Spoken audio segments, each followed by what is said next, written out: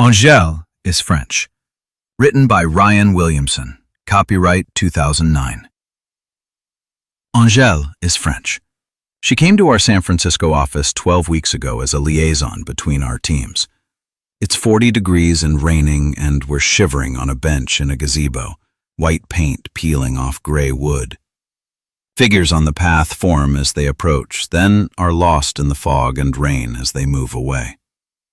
She watches them, taking a slow drag on her cigarette.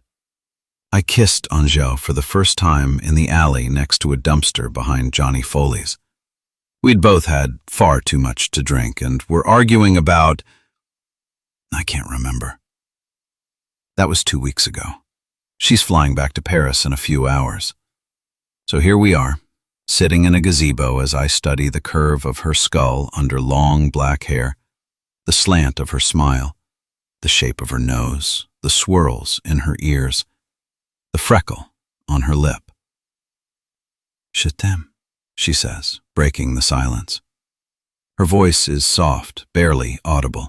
Then she becomes self-conscious and pulls her collar around her face. I look at my shoes. She'd join us after work for drinks. At first, we sat on opposite sides of the table. As the weeks progressed, the number of people between us shrank until we were sitting side by side. We'd left our friends at the bar for a 5-minute smoke break. We were out there for over an hour. That shouldn't have happened, she'd said. I know. I'm married. Me too. Never again. I agreed.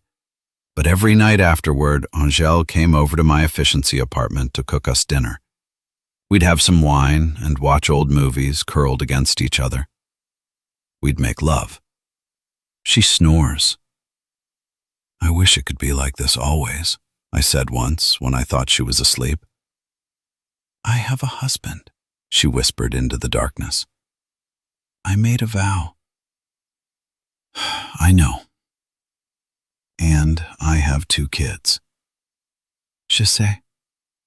Sitting here, shivering, I start to say I love her too. She drops her butt, grinding it into the wet brick with a heel as she checks her phone. One night, she asked me if I loved my wife. I want to, I replied, then paused. Do you love your husband? A sad shrug in reply. We're... On s'entend bien. Comfortable, no? In the gazebo she stands, and but she presses a finger to my lips and looks into my eyes. Partir, c'est mourir en... She frowns. Connerie, c'est pire. And then she walks away.